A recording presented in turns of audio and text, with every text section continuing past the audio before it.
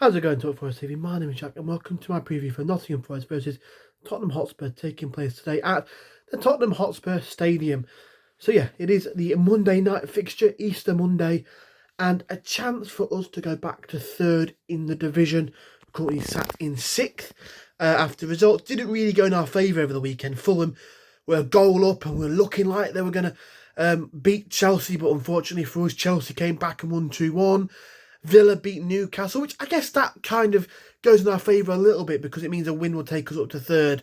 But then it brings Villa closer to us in the top four race. So that one was a little bit, yeah. City beat Everton 2-0. So it's still in our hands. It's still, we still control our destiny at the moment. But it's not as comfortable as it has been over the past few months. I mean, we've been in third place for a long time in the Premier League this season. I think it's been since November, something like that. But the fact that we're now sixth place and a win can take us back to third by a point, it is still all to play for. It's still in our hands, but it's not as comfortably in our hands as it was before. So Tottenham, I think they're safe now. I think after Leicester lost and Ipswich lost, they're safe now. I think I believe only Ipswich and maybe West Ham that can go down now. But if Ipswich lose their next game, then they're relegated. So relegation is sorted in 95%. I mean, it's a shame that the relegated teams weren't more competitive because you could have sucked Tottenham and Manchester United into relegation scrap. But I think they're safe now. So they'll probably be focusing on the Europa League, which is their only sniff of getting anywhere near the Champions League or the Europa League next season. So, I mean, obviously, if they win the competition, they go up to the Champions League. If they don't win it, then they won't be in Europe at all. So they might rest. I'm not sure when the next game is, whether it's this Thursday coming or whether they've got a break. I'm not entirely sure, but I'm sure their focus will be fully on the Europa League now that they know they're going to be safe in the Premier League for another campaign. So maybe they might look to rest a few players with that in mind.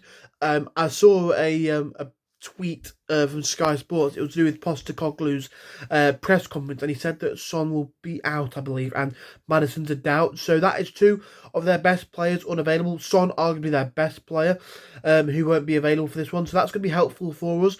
Obviously, Ola Aina's out injured, so Son, who would have been on Aina's side, is not going to be fit for the game by all accounts. So that's a positive. That's something that we can look at and maybe identify as a positive in the game. So look, it's going to be an interesting one. It really, really is. Tottenham are a side that you can't really predict. You either put 5 past them or they put 5 past you. It's one of them ones, really. And I think we have to be on it. We have to be on top of our game, of course. But it's a real opportunity for us to get our first win at the Tottenham Hotspur Stadium, and a real opportunity for us to build a little bit of form back up after 2 losses on the bounce to Everton and Aston Villa. We've got an opportunity to be able to get back to winning ways, and I feel like we can do that. We have to be on it, we really do, because Tottenham can, on their day, be a really dangerous side and a side that can cause you problems. Solanke back in the goals now, scored against, I think he scored against Eintracht Frankfurt, so he might be feeling a little bit more confident. But look, overall, I think it's an opportunity for us to go there and to win. We could do with the win. It's not imperative because we're still in that pack, fighting for it. But a win will really put us back in pole position to finish in in that bracket of 4th to 5th that can get us Champions League football. In terms of our starting 11, then I think you're going to go for Sells in goal. I think he's a brilliant goalkeeper. No one is going to drop Matt Sells. In my opinion, he deserves to be in the team of the season. That might be slightly biased, but I think he's been better than Raya. I think, in my opinion, kept the most clean sheets in the Premier League. But then, you could say Alisson, but he'd been injured for a portion of the season, whereas I'm pretty sure Sells has played every single Premier League game so far this campaign. So, look, he's a brilliant goalkeeper, and I'm so glad that we've got him. And I'm so glad that we've got a goalkeeper now that we can really trust, that we can rely on, we can put our faith in, because, we've had, since promotion, really, Henderson was good, but he couldn't keep fit. Navas was good, but we knew we weren't really going to be able to keep him for a long period of time. It was a long shot for us to try and get him on a permanent or bring him back for the next season. Turner and Vatinimos were a bit shaky. We couldn't really rely on them. But I feel so confident with Matt Sells in goal. I really, really do. He's a goalkeeper that fills me with a lot of confidence. I can trust him. I know that if something, a mistake is at the back, he's there, and he's going to, more than likely than not sort it out. I really trust him, and I'm really confident to have him in the back line, or in goal, sorry. Back four then, I think Williams at right back, Milinkovic, Murillo with the centre halves, and then probably Moreno at left back. I would much prefer Aiden to be back, and I think every Forest fan would prefer that, but I think that's the best we can go for at the minute. And Moreno, look, he's not the best. He's not to the level of what Williams has been at left back, but I still think he's all right. I still think he's is suitable for that position and someone that we can trust. So hopefully he's able to put in a good shift for us. He's a really passionate guy, it looks like, and he's happy to get involved with the fist pumps and stuff after a win. So hopefully he can do the job he needs to do. Midfield too then. It's a difficult one, really, because you've got a couple of options. Dominguez in there, Yates, Anderson. I think Anderson's a definite in there for me. It'll be dependent on Yates and Dominguez. I just want to touch on Yates for a minute. Yates makes our fan base incredibly bipolar, because Yates puts in a good performance and people are tweeting, oh, he's got to be the first man on the team sheet, absolutely fantastic today, should be with a shout for England. And then we lose a game, it's, oh, Ryan Yates is crap, Ryan Yates, oh, he's a liability, it's all on Yates, he can't start the next game. It's like, what are you expecting from him? Like, you can't go from up here after a win to down here after a loss. You've got to have a little bit of something in there. A little bit of consistency in that. And I love Ryan Yates. I think he wears the badge of pride. That Manchester United performance, people are going on about him. They're putting him in ridiculous brackets. And then now, we've lost a couple of games, and it's his fault. He's the worst player in the world. You get him out of the club. He's League One standard. He stinks the gaff out every day. He's ridiculous. I would probably play him, but then again, if he plays Dominguez, I won't be disappointed. On the flanks, Alanga and Cho, I think for me they have to be in there. Caused so many problems. And then Gibbs-White in behind Chris Wood. So good to have him back. Unfortunately, he couldn't find the score sheet against Everton, but hopefully he can do so today. I remember Tottenham away last season where he missed an absolute sitter. I think he scored and then missed a sitter, an absolute sitter, to put us either 2-0 or 2-1 in front.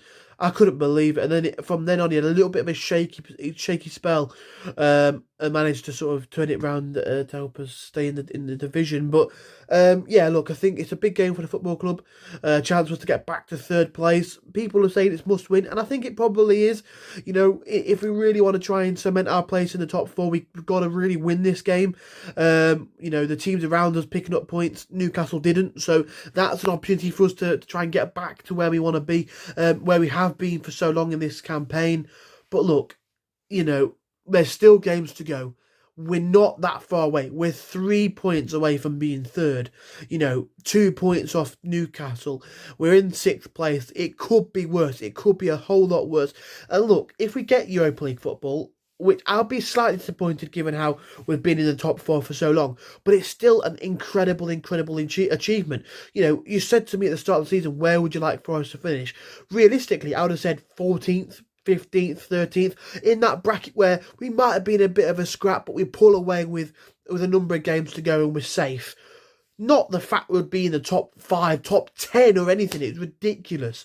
So if we do get 6th, it will be a bit of a sour taste in the mouth, given the fact that we've been so consistently in the top 4, but it's still amazing. But I think we can still get top 4.